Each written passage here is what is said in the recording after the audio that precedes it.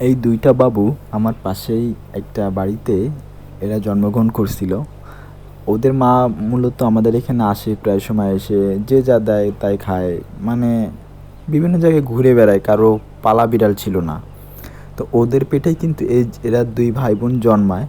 আমি জানি না আরও কেউ জন্মাইছিল কি না, হয়তো সে কয়টা হয়তো মারা গেছে অথবা কেউ নিয়ে গেছে, বাট এই দুইটা আমার এইখানে সবসময় ঘোরাঘুরি করে, যার কারণে আমি এদেরকে দেখে শুনে রাখছি।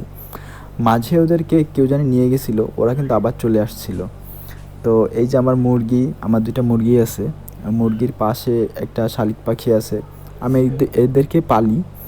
তো এদের পাশেই কিন্তু ও সবসময় এসে সকালে দুপুরে বিকালে দেখি যে ও ঘুমানো, ও খেলাধুলা করে আর যাই করে, রাত্রে এসে আমার এইখানে, আমাদের এই যে বাইরে একটা খাট আছে, এই খাটের এইখানে ঘুমায়।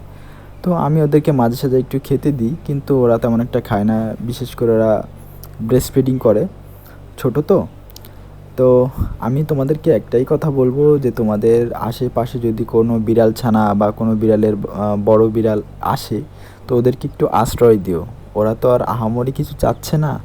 ওদেরকে একটু তোমাদের অবশিষ্ট খাবার, যেটা তোমরা না খাও, সেটা দিলেই কিন্তু ওরা সন্তুষ্ট।